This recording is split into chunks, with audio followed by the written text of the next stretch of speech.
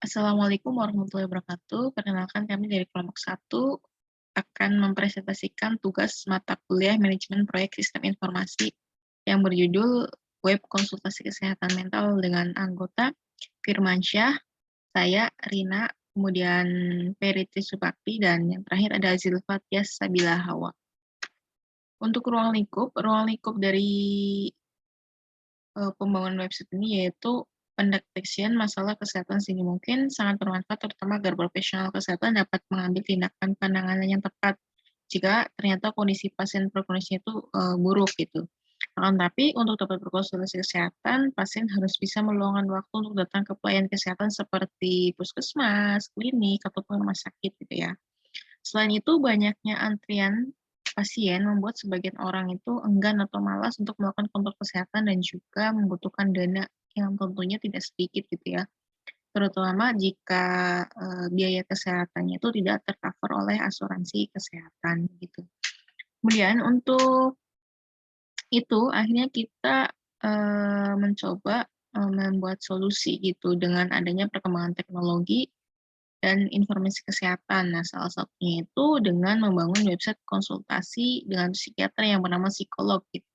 Hal ini bertujuan untuk membantu menghubungkan antara masyarakat dengan konselor secara online baik melalui WhatsApp, email, ataupun platform platform lainnya gitu.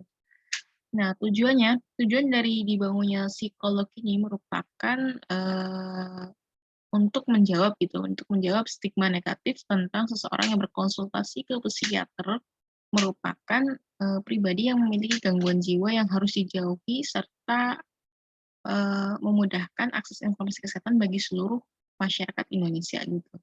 Nah, melalui psikolog ini pasien dapat berkonsultasi seputar asmara, pendidikan, karir, dan masalah pribadi lainnya dengan psikiater gitu ya, baik melalui media voice call maupun video call yang sudah disediakan paketnya oleh psikolog gitu.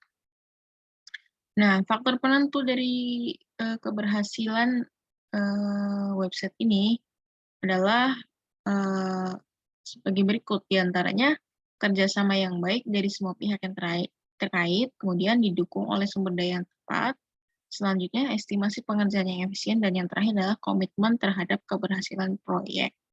Selanjutnya akan dijelaskan oleh teman saya yaitu Zilfa Tias Sabila. Kepada Zilfa dipersilahkan.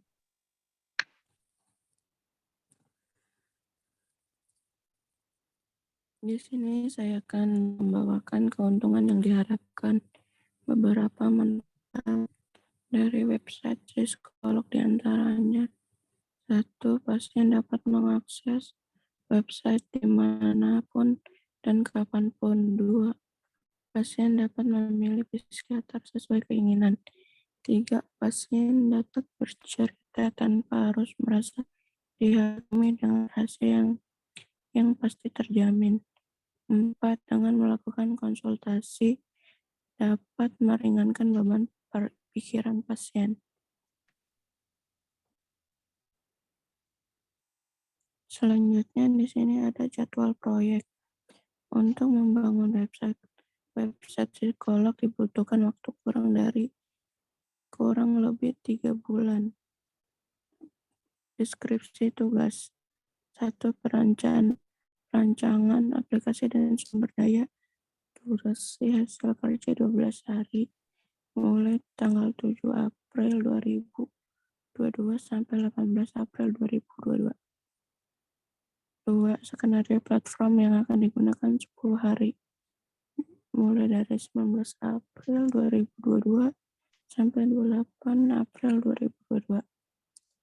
Perancangan framework 10 hari dari mulai 29 April sampai 8 Mei 2022. Coding 45 hari dari mulai 9 Mei sampai 22 Juni 2022. Tes dubbing 5 hari dari tanggal 23 Juni sampai 27 Juni.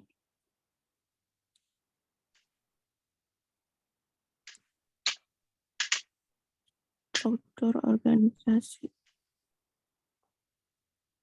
Peran dan tanggung jawab. 1. Ketua berperan mengontrol dan mengatur jadwal pelaksanaan proyek. 2. Programmer berperan membuat kode program yang melakukan tes dubbing. 3. Web design berperan membuat desain agar tampil sesuai kebutuhan dan user valid. 4. Sistem analis berperan melihat kebutuhan sistem pada saat pembuatan program website. Selanjutnya akan dibawakan oleh teman saya, yaitu Ferry Trisubakti.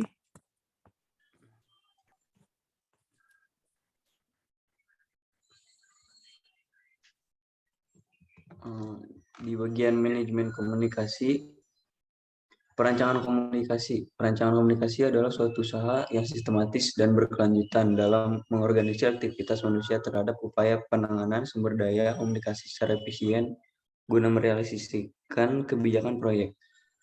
Yang kedua ada persiapan pertemuan atau meeting.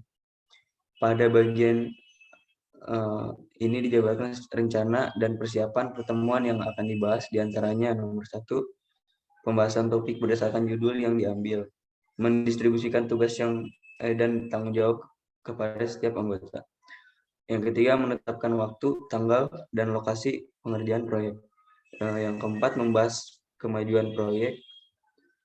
Yang kelima, pembahasan ulang atau revisi proyek.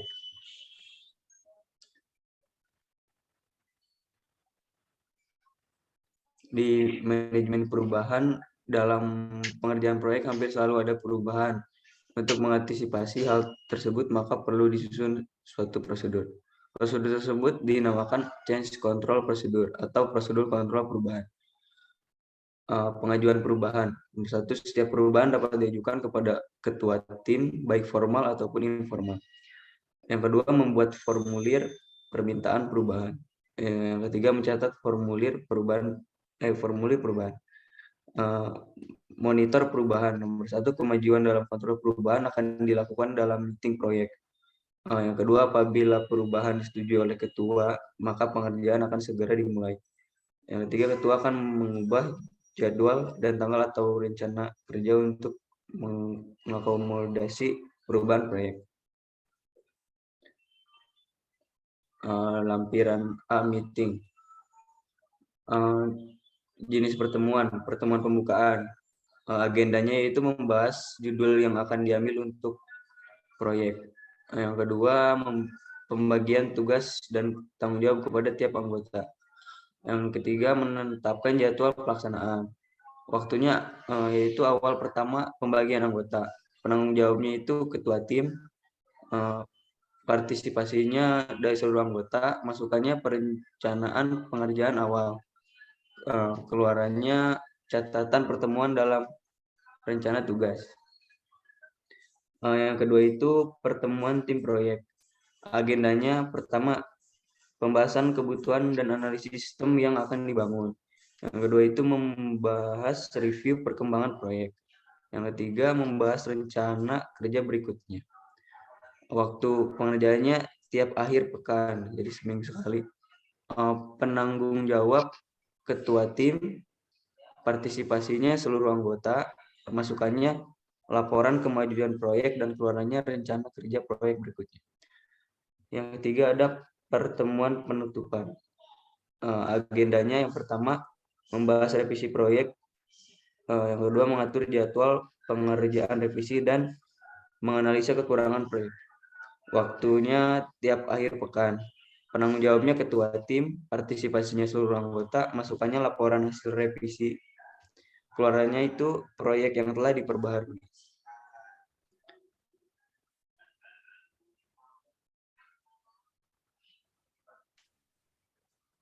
Di lampiran A reporting, jenis laporannya laporan kemajuan proyek atau proyek progress report. Itemnya yang pertama status, yang kedua detail progres pengerjaan, yang ketiga daftar permintaan perubahan. Waktunya tiap akhir pekan. Penanggung jawabnya ketua tim, distribusinya seluruh anggota. Masukannya itu daftar permintaan perubahan atau revisi. Keluarannya laporan kemajuan proyek.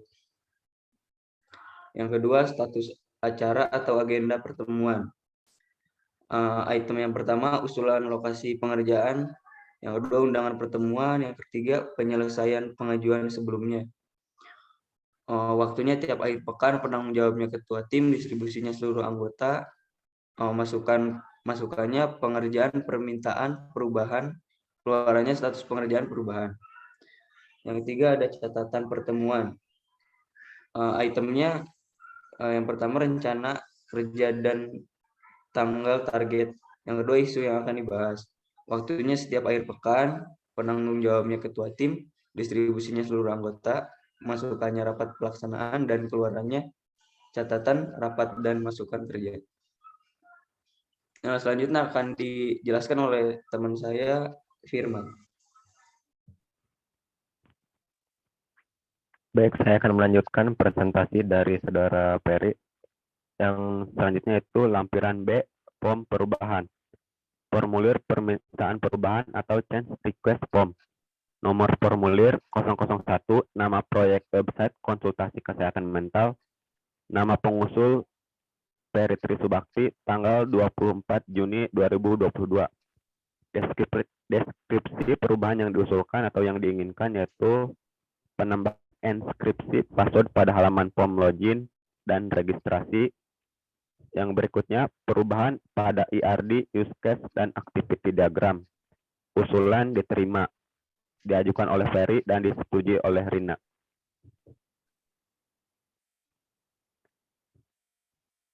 Lampiran B, form perubahan atau daftar permintaan perubahan. Nama proyek, website konsultasi kesehatan mental. Nomor formulir 001, deskripsi permintaan, penambahan inskripsi password pada halaman login dan registrasi, nama pengusul Peri Trisubakti, tanggal usulan 24 Juni dan disetujui tanggal 25 Juni 2022. Yang berikutnya itu nomor form 001, deskripsi permintaan perubahan pada IRT, use case, dan activity diagram. Nama pengusul Peri Trisubakti, tanggal usulan 24 Juni 2022 dan tanggal persetujuan 25 Juni 2022.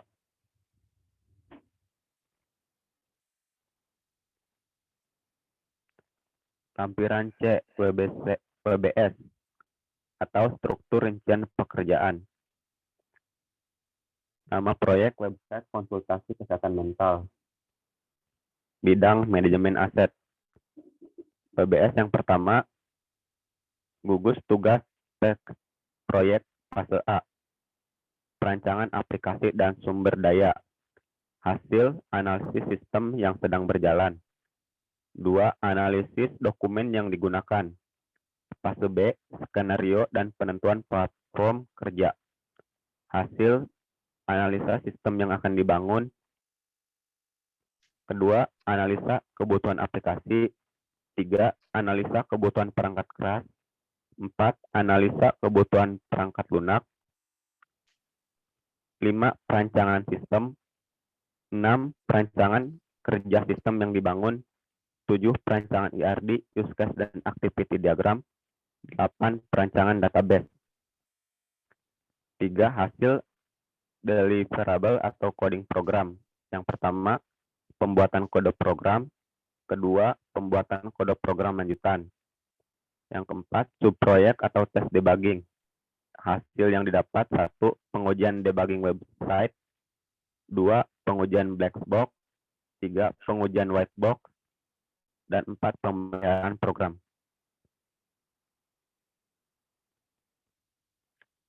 Lampiran C, penugasan tim proyek. Jabatan atau peran. Yang pertama, programmer bertanggung jawab bertugas menulis kode program atau merealisasikan desain sistem yang diketuai oleh Peri. Yang kedua, project manager bertanggung jawab untuk mengatur jadwal dan memastikan proyek selesai tepat waktu, dibidangi oleh Rina. Sistem analis bertugas untuk menemukan masalah dan memberikan solusi, dikerjakan oleh Zilpa Tiasabil Hawa. Dan yang terakhir, web designer bertugas atas elemen visual dan multimedia dari sebuah situs, dikerjakan oleh Firmansyah. Lampiran C berikutnya itu jadwal proyek. Gugus tes proyek yang pertama, perancangan website dan sumber daya. Durasi 12 hari, tanggal pengerjaan 7 April 2022, tanggal selesai 18 April 2022. Yang kedua, perancangan tampilan website. Durasi 10 hari, tanggal mulai 19 April 2022, tanggal selesai 28 April 2022.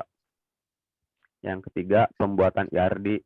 Durasi 5 hari, tanggal mulai 29 April 2022, tanggal selesai 3 Mei 2022. Yang keempat, pembuatan use case dan activity diagram. Durasi 5 hari, tanggal mulai 4 Mei 2022, tanggal selesai 8 Mei 2022. Yang kelima, pembuatan kode program. Durasi pengerjaan 45 hari, tanggal mulai 9 Mei 2022, tanggal selesai 22 Juni 2022. Yang ketujuh, testing program. Durasi 3 hari, tanggal mulai 23 Juni 2022, tanggal selesai 25 Juni 2022. Dan yang terakhir yaitu pemeliharaan program. Durasinya 2 hari, tanggal mulai 26 Juni 2022, tanggal selesai 27 Juni 2022.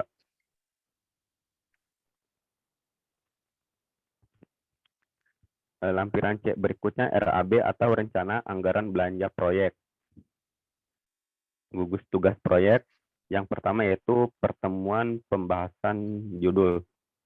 Jam tenaga kerja 7 jam, tarif tenaga kerja 50.000, jumlah tenaga kerja 4 orang, biaya tenaga kerja totalnya 200.000, biaya lain-lain tidak ada, total per tes 800.000. Yang kedua, pembahasan pembagian tugas. Jam tenaga kerja 8 jam, tarif tenaga kerja 40.000, jumlah tenaga kerja 4 orang, biaya tenaga kerja 160.000, biaya lain-lain tidak ada, total per tes 540.000. Yang ketiga, pembuatan kode program.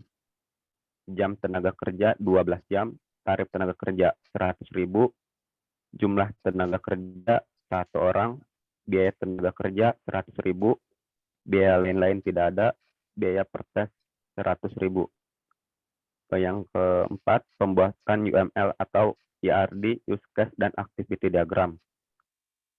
Jam tenaga kerja 6 jam, tarif tenaga kerja 50.000, jumlah tenaga kerja 4 orang, biaya tenaga kerja 200.000, biaya lain-lain tidak ada, total per tes 400.000. Yang selanjutnya itu tes debugging. Jam tenaga kerja 3 jam, tarif tenaga kerja 20.000, jumlah tenaga kerja 4 jam per orang, biaya tenaga kerja 80.000, biaya lain-lain tidak ada, total per tes 320.000. Yang selanjutnya itu web designer. Jam tenaga kerja 4 jam, tarif tenaga kerja 30.000, jumlah tenaga kerja 1 orang, biaya tenaga kerja 30.000, biaya lain-lain tidak ada, total per tes 30.000. Subtotal jam tenaga kerja 40 jam, tarif tenaga kerja subtotal 290.000, jumlah tenaga kerja subtotal 18 tenaga kerja, biaya tenaga kerja subtotal 770.000, biaya lain-lain tidak ada, subtotal per tes 2.190.000. Sekian presentasi dari kelompok 1, kurang lebihnya mohon maaf. Wassalamualaikum warahmatullahi wabarakatuh. Waalaikumsalam warahmatullahi wabarakatuh. Waalaikumsalam warahmatullahi wabarakatuh. Sebenarnya kalau dikerjain cepet ya.